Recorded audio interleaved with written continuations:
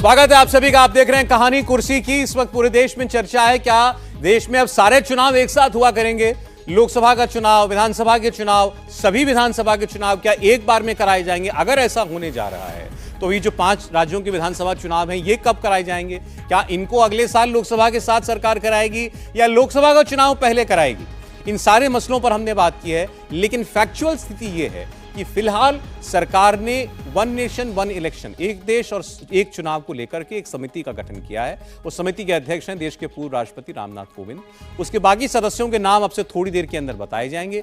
अब यह समिति अपनी रिपोर्ट कितने दिनों में देगी, यह भी तय नहीं है। इन 5 दिनों का जो विशेष सत्र पार्लियामेंट का बुलाया गया है, उसमें इस विषय पर क्या होने जा रहा है, यह भी अभी सरकार की तरफ से नहीं बताया गया। लेकिन प्रधानमंत्री 3 बार पब्लिक फोरम से पार्लियामेंट में और 15 अगस्त की अपनी स्पीच में वन नेशन वन इलेक्शन का जिक्र कर चुके हैं। लॉ कमीशन की रिपोर्ट हमने आपको दिखाई, इलेक्शन कमीशन इस पर बात अपनी रख चुका है। इसके अलावा नीति आयोग इस पर अपनी राय दे चुका है।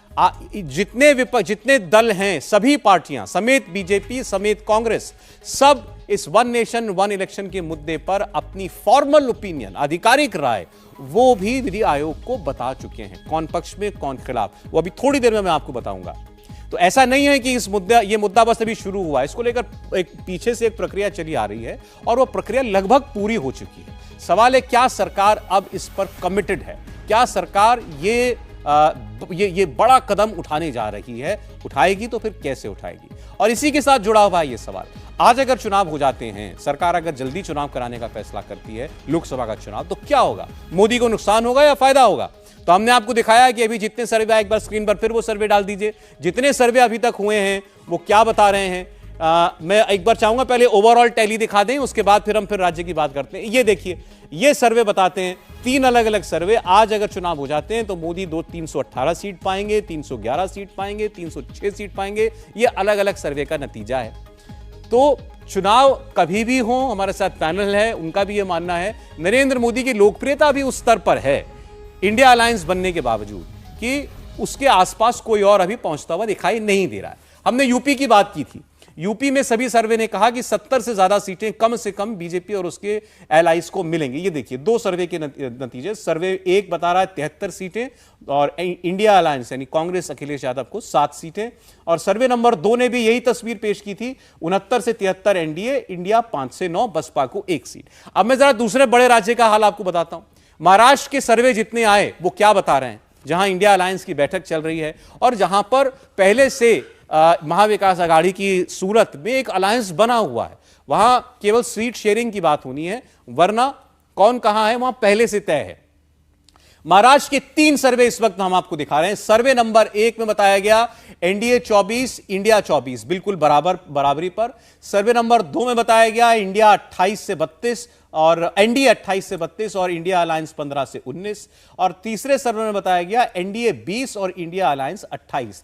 तो यानी आप इसमें अगर देखें, एक सर्वे बता रहा है बिल्कुल बराबर, टक्कर का कांटे की टक्कर है, दूसरा सर्वे एनडीए को बढ़त दिखाता है और तीसरा सर्वे इंडिया को बढ़त दिखाता है, लेकिन फासला दोनों के बीच में बहुत ज्यादा दिखाई नहीं दे रहा। अब इसमें से कौन सा सर्वे हकीकत के करीब आज की परिस्थिति में दिखाई देता है, इस पर हम चर्चा कर सकते हैं। भावेश, महाराष्ट्र और 2019 भी जरा याद दिला दीजिए। महाराष्ट्र जब शिवसेना और बीजेपी मिलकर के लड़े थे तब क्या था? देखिए, जब शिवसेना और बीजेपी मिलकर चुनाव लड़े तो 43 सीट दोनों जीती थी, जिसमें अकेले बीजेपी 23 सीट जीती थी और 18 सीट उन्होंने जीता था। अब देखिए, अभी जो ये सिनेरियो है, ये जो वन नेशन वन पोल यदि होता है, जो इशू के पहले का ये सिनेरियो है।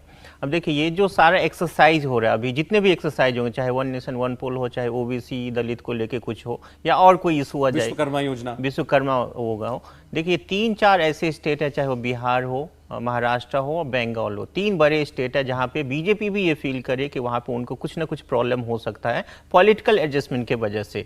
अब इमेजिन कीजिए, महाराष्ट्र में 3-4 ऐसे सिटी है जो कॉस्मोपॉलिटन है, जैसे पुणे हो गया, मुंबई हो गया, उन जगहों पे जरूर इन इशू का, क्योंकि ये सब में जो फ्लोटिंग वोट होता है 15-20% फ्लोटिंग वोट माना जाता है, हमारे इंडिया में है। बाकी सेटलमेंट है वो कुछ भी करेंगे तो अपने जो जिस पार्टी को सपोर्ट करते हैं उनको करेंगे। 15-20% जो फ्लोटिंग वोट है उनमें कुछ ना कुछ यदि इम्पैक्ट होता है। आपने देखा होगा जब हमने महाराष्ट्र पहले तो एक बात की, ये तीनों सर्वे आपने बताया 19 में 43 सीटें मिली थी एनडीए को, जब शिवसेना एक शिवसेना थी और साथ में थी बीजेपी के। आज की सूरत में 41 एनडीए को actually, नुकसान, 41 एनडीए को 41, तो एनडीए को उससे तो नुकसान ही हो रहा है।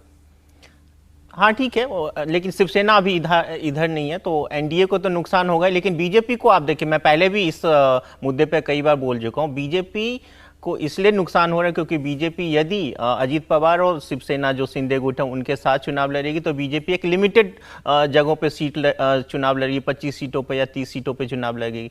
यदि बीजेपी अकेले चुनाव लड़ेगी तो शायद बीजेपी और ज्यादा सीटों पे बीजेपी अकेले तो जीत एक अलायंस सकती है। पार्टनर और है बीजेपी के साथ, मतलब आप ये कह रहे हैं बीजेपी जितनी सीटें जीते लड़ेगी उतना अच्छा है उसके लिए। बिल्कुल उतना बीजेपी, ये Alliance मैं partners को बिहार कम के लिए भी सीटें बोल दें। चुका हूँ, ये मैं बिहार के लिए भी बोल चुका हूँ कि बीजेपी को बिहार और महाराष्ट्र में किसी अलायंस की जरूरत नहीं है। चलिए तो हम दोनों की अलग अलग बात करते हैं। महाराष्ट्र में बीजेपी की जो टैली थी 19 की, क्या वहीं उसके आसपास वो आज की परिस्थिति में भी देख रही है? और एनडीए जिसमें अब एकनाथ शिंदे की शिवसेना और एनसीपी शामिल है, उनके साथ आने के बाद क्या एनडीए 2019 वाली 41 सीटें जब जीती 48 में से वैसा कोई करिश्मा कर सकती है महाराष्ट्र में इस बार? देवेंद्र, क्या परिस्थितियों को देख करके लगता है?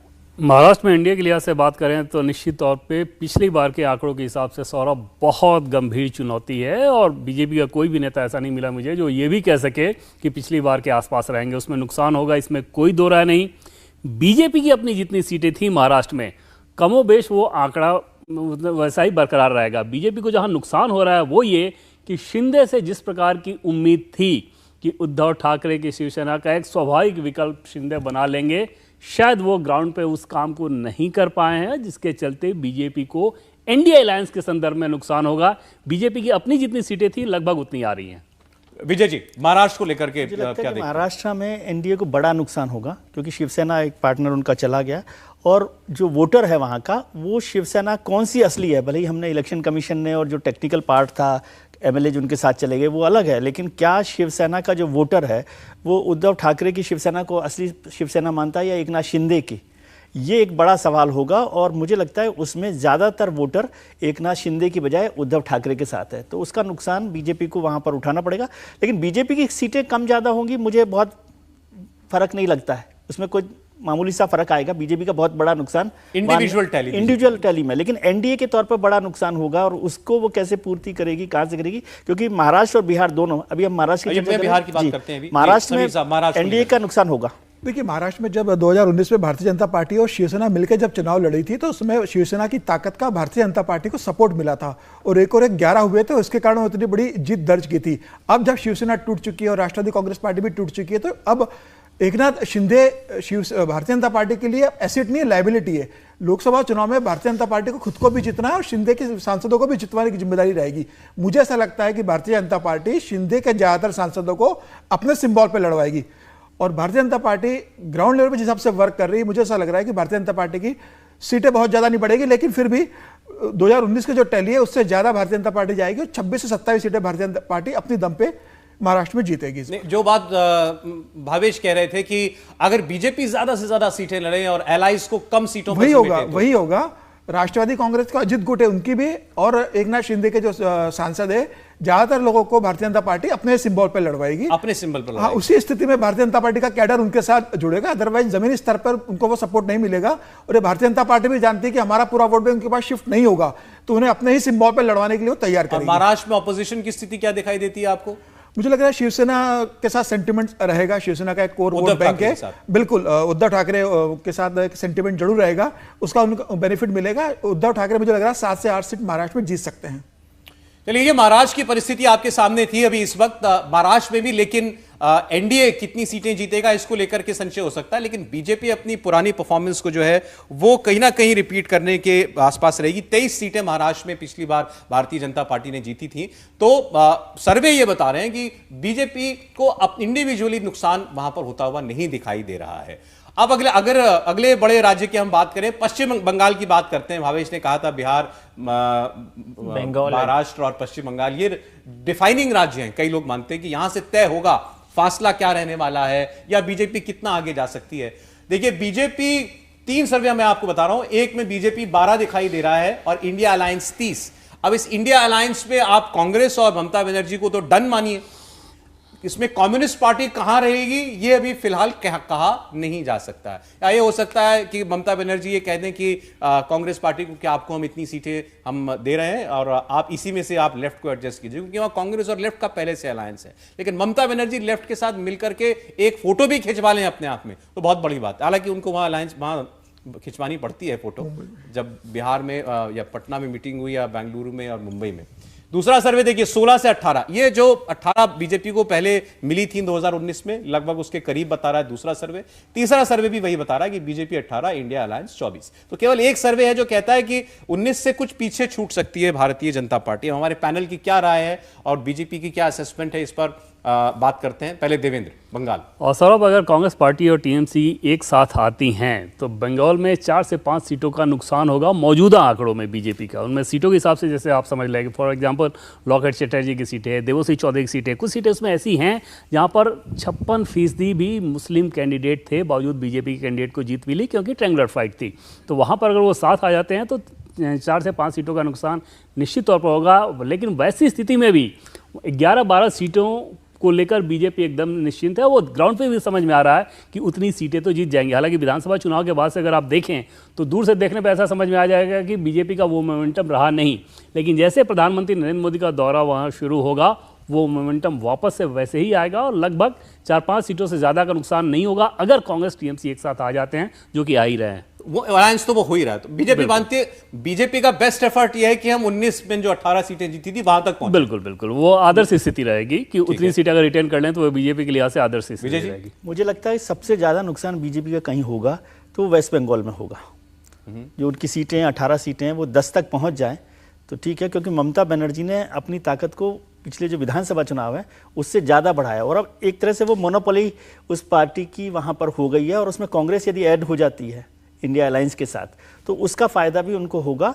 और पूरे कांग्रेस की इतनी ताकत है बंगाल में नहीं, लेकिन थोड़ा वोट भी मिलकर उसके साथ तो जाता है ना, थोड़ा फर्क तो पड़ता है। जिन वोटों को मान लीजिए एक कॉन्स्टिट्यूंसी में 50,000 वोट भी उसको मिलता है तो बड़ा फायदा उसको ममता बनर्जी को मिलेगा। खबरें हैं कि बंगाल को लेकर के अंडरस्टैंडिंग को मतलब सीटों के बंटवारे को लेकर बन चुकी है ममता बनर्जी और कांग्रेस के बीच। अधीर रंजन चौधरी भी खामोश हो गए आज। तो बीजेपी का सबसे ज्यादा नुकसान यदि कहीं हो सकता है तो वो वेस्ट बंगाल में हो सकता है और उससे ममता बनर्जी की ताकत भी बढ़ेगी। इस बीच एक खबर मैं आपको और बताता हूं इंटरेस्टिंग। ममता बनर्जी ने अभी कहीं पब्लिक रैली में बंगाल में ये कहा है कि बीजेपी को पूरे देश में जो सीटों का नुकसान होगा उसकी भरपाई वो बंगाल से करना चाहते हैं। ये ममता बनर्जी को ऐसा लगता है। सर, अब इसके अलावा टीएमसी के एक बहुत बड़े नेता, क्योंकि ऑफ रिकॉर्ड बातचीत हुई थी इसलिए हम नाम नहीं बता रहे हैं, उनसे भी जब ये पूछा गया ना कि कांग्रेस टीएमसी जब आप लोग साथ आ रहे हो तो बीजेपी की सीटें कितनी होंगी, उन्होंने तब भी ये बोला था कि 11 से 12 सीटें बीजेपी जीतेगी। आप अंदाजा लगाएं कि टीएमसी का टॉप लीडरशिप का कोई एक नेता अगर इस बात को कह रहा है तो उन्हें भी पता है कि ग्राउंड पे स्थिति क्या होगी। दूसरी चीज़ कि विधानसभा चुनाव में क्योंकि उनको ममता बनर्जी को वोट करना था तो वो एक मोमेंटम था ममता बनर्जी के साथ, उसमें बहुत सारे वोटर प्रधानमंत्री के तौर पे नरेंद्र मोदी को देखना चाहेंगे, ऐसा बीजेपी मानकर चल रही है। और ग्राउंड पे भी वो समझ में आता है कि जैसे ही प्रधानमंत्री मोदी का दौरा बंगाल में शुरू होगा आप देखेंगे कि स्थिति वैसी नहीं नजर आएगी जैसे कि विधानसभा चुनाव में ममता के पक्ष में दिख रही थी। तो जल्दी से बंगाल को हम कंक्लूड करते हैं। भावेश, बड़ा नुकसान बीजेपी को आपको लगता है कि या ऐसी कोई परिस्थिति नहीं है? नहीं, नुकसान तो है। इसके दो वजह, एक वजह तो खुद बीजेपी है। आपने देखा होगा विधानसभा चुनाव के बाद जो वायलेंस है और बीजेपी ने अपने कैडर को जिस तरह छोड़ दिया कि जो कुछ भी सपोर्ट नहीं किया। दूसरा वजह आपने देखा मटुआ समुदाय को लेकर जो सीए जो लाया था, मेन बीजेपी का टारगेट वही था कि उनको एड्रेस करना है। उस इशू को बीजेपी लगभग भूल गई है। देखिए अभी जो बीजेपी की जो 12 सीटें दिख रही है, जो मेरे सर्वे में जो 12 सीटें दिख रही है, वो बीजेपी की जो सीटें आ रही है वो नॉर्थ बंगाल से आ रही है और कुछ जो अधिकारी जो फैमिली है उनके जो स्ट्रॉन्ग होल्ड है वहां से आ रही है। बाकी जगह बीजेपी लगभग साफ है। उसका मतलब ये है आपने बेस्ट बीजेपी का बेस्ट केस सिनेरियो है आपके हिसाब से? बीजेपी के लिए फिलहाल के तौर पे ये बेस्ट केस सिनेरियो है, क्योंकि बीजेपी नॉर्थ में इससे ज्यादा परफॉर्म अच्छा नहीं कर सकता और इससे खराब भी नहीं कर सकती, क्योंकि बीजेपी वहां पे कि कोई भी अलायंस में वहां पे इतनी सीटें जीतेगी। मुझे लग रहा है बंगाल को लेकर भारतीय जनता पार्टी बहुत गंभीर है। वहां कैलाश विजयवर्गीय प्रभारी थे, उनके जगह सुनील बंसल को वहां का प्रभार दे दिया गया है बंगाल का। और संगठन के स्तर पर भारतीय जनता पार्टी, खास तौर से अमित शाह की पूरी नजर बंगाल के ऊपर है और वो किसी भी स्थिति में नहीं चाहते कि उनकी जो टैली है वो 18 से कम हो। कोई ऐसी जगह बताई जहां उनकी नजर नहीं है। बंगाल और बिहार इस समय चल रहे थे, इन्होंने यूपी को स्ट्रांग बना दिया, वैसा ही वो बंगाल को भविष्य के रूप में देख के चल रहे हैं कि वह राज्य में भी सरकार बनाना है और लोकसभा में 18 से ज्यादा सीटें जीतना है। भारतीय जनता पार्टी अभी वहां 22 सीटों का टारगेट लेके चल रही है। 22 सीटों का टारगेट लेके चल रही है कि आने वाले 2024 में हमें 22 सीटें वहां जीतना ही है। और सुनील बंसल को 22 सीटें का टारगेट दिया गया है कि आप ऐसा वहां संगठन तैयार कीजिए, ऐसा काम कीजिए कि 22 सीटें हमारे पास रिवर्स हो जाएगा अगर ऐसा हुआ तो। 22 सीटें ममता बनर्जी को मिली थी पिछली बार। जी। चलिए अब जरा मध्य प्रदेश की हम बात करते हैं, जहां इस बार चुनाव होने जा रहा है। आपसे अगर ये वन नेशन वन इलेक्शन की थ्योरी में कहीं कुछ और ना हो जाए तो अभी चुनाव होना है, तो मध्य प्रदेश को लेकर जो सर्वे हुए उन्होंने क्या बताया? पहला सर्वे बता रहा है 29 सीटें हैं मध्य प्रदेश के अंदर, 24 बीजेपी, 5 कांग्रेस। ये भावेश आपका सर्वे है? बिल्कुल। सर्वे नंबर 2 ने बताया बीजेपी 24 से 26, कांग्रेस 3 से 5, वहीं लगभग उसी के आसपास। Survey number 3 BJP 23, Congress 6। इन तीनों में ही 2019 की तुलना में मार्जिनल नुकसान जो है वो भारतीय जनता पार्टी के लिए दिखाई दे रहा है, क्योंकि इन बीजेपी को 2019 के अंदर 28 सीटें मिली थी, एक सीट केवल कांग्रेस पार्टी के पास थी, छिंदवाड़ा की सीट, वो भी जो कमलनाथ जी की सीट है, वो सीट जो थी, वरना बाकी सब सीटें बीजेपी के पास थी। तो कहीं 5 सीट का नुकसान, कहीं 3 सीट का नुकसान, कहीं 6 सीट का नुकसान। ये सर्वे आपको बताता है कि बीजेपी को मध्य प्रदेश में हो सकता है। लेकिन बीजेपी के लीडर से अगर आप बात करते हैं तो वो मध्य प्रदेश को मानते हैं कि मध्य प्रदेश का वोटर जो है लोकसभा में कम से कम वो कहीं छिटकने वाला नहीं है। देवेंद्र? बिल्कुल सर, वो इस बात को मानने के बावजूद कि इस विधानसभा चुनाव में बहुत गंभीर चुनौती है, और अभी तक ये समझ में आ रहा है कि शिवराज सिंह चौहान पीछे हैं कांग्रेस पार्टी की तुलना में, कांग्रेस के साथ जो माहौल बना हुआ है उसकी तुलना में। बावजूद इसके बीजेपी मानकर चल रही है कि जैसे ही लोकसभा चुनाव का मसला आएगा वहाँ पर चीज़ें बदलेंगी। और ये बात मध्य प्रदेश की वैसी ही है जैसे कर्नाटक के बारे में बीजेपी का आकलन है कि भले ही विधानसभा चुनाव में हार गए, लोकसभा की बात जब आएगी और प्राइम मिनिस्टर कैंडिडेट के तौर पर चुनाव की बात आएगी तो वहाँ पे मोदी के पक्ष में वोट रहेगा। मध्य प्रदेश में तो वैसे भी बीजेपी का संगठन बहुत मजबूत है, लेकिन इसमें सौरभ थोड़ा सा देखें तो अगर बीजेपी की हार होती है विधानसभा चुनाव में, वहाँ पर कुछ सीटों का नुकसान तय माना जाएगा फिर, क्योंकि वहाँ पे आपके कार्यकर्ताओं का मोरल डाउन होता है और सामने वाले का हाई होता है। उसमें कुछ सीटों पे निश्चित तौर पे नुकसान हो सकता है, जो कि समझ में भी आ रही है। ठीक है, तो अब ये वो राज्य है जहाँ कांग्रेस से सीधी टक्कर है, यहाँ कोई अलायंस का मसला नहीं है। इंडिया अलायंस यहाँ कुछ नहीं कर सकता, बल्कि रोकना चाहे तो फायदा है। केजरीवाल अगर यहाँ जाकर के लड़ने ना लगे, बसपा को अगर किसी तरह रोक सकते हैं तब तो कोई मतलब है, वरना कोई अलायंस का मतलब नहीं। मैं इसको उलट तरीके से देख रहा हूं सर। मैं राजस्थान और गुजरात का भी दिखा दूं, एक छोटी सी लाइन जोड़ देता हूं कि देवेंद्र ने जैसे कहा कि भाई विधानसभा चुनाव हारते हैं तो मध्य प्रदेश में लोकसभा में नुकसान होगा।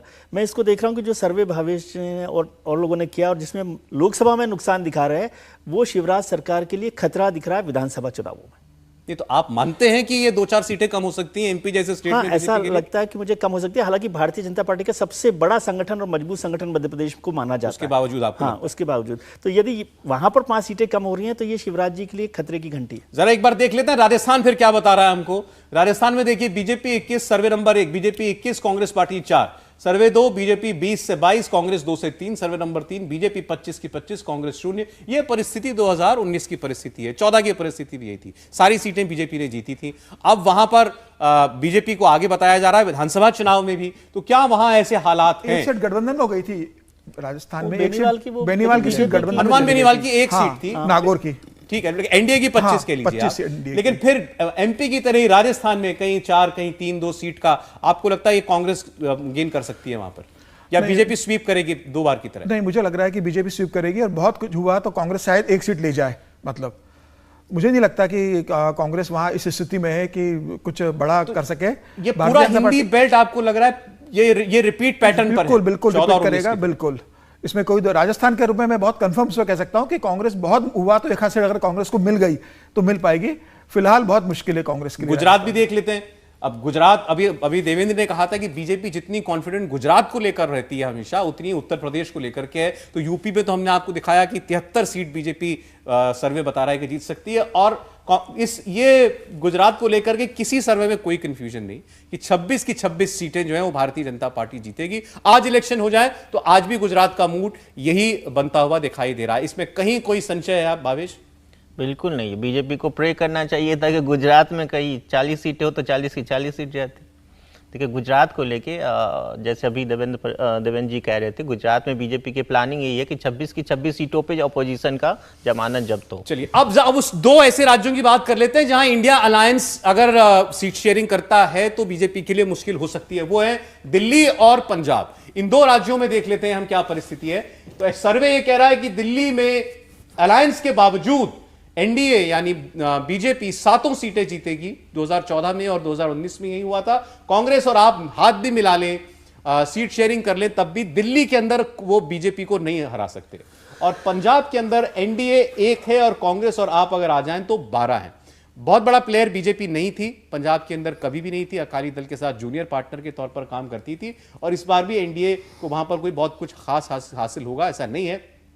लेकिन अरविंद केजरीवाल अगर इस अलायंस में आए हैं तब भी उनको कोई फायदा ना हो दिल्ली में, आपको ऐसी हालात दिखाई दे रहे हैं देवेंद्र?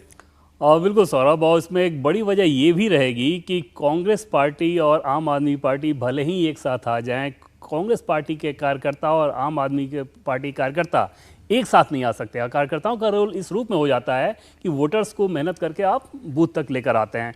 दूसरी चीज़ की पिछली बार के चुनाव में आपने देखा होगा कि मार्जिन बहुत ज़्यादा था बीजेपी के कैंडिडेट्स की जीत का, उसमें ज़रूर फ़र्क आएगा। लेकिन दिल्ली की 7 सीटों को आप देखें तो इसमें कहीं कोई चुनौती नज़र नहीं आ रही है। दिल्ली से सटा जो हरियाणा है वहाँ पर ज़रूर 3 से 4 लोकसभा की सीटें ऐसी हैं जहां बीजेपी के लिए बहुत गंभीर चुनौती होगी और शायद बीजेपी वहां पर मुसीबत में रहे। इंडिया टीवी हर वक्त हर जगह डाउनलोड करने के लिए सर्च करें India TV news Google play store या ऐप स्टोर पर।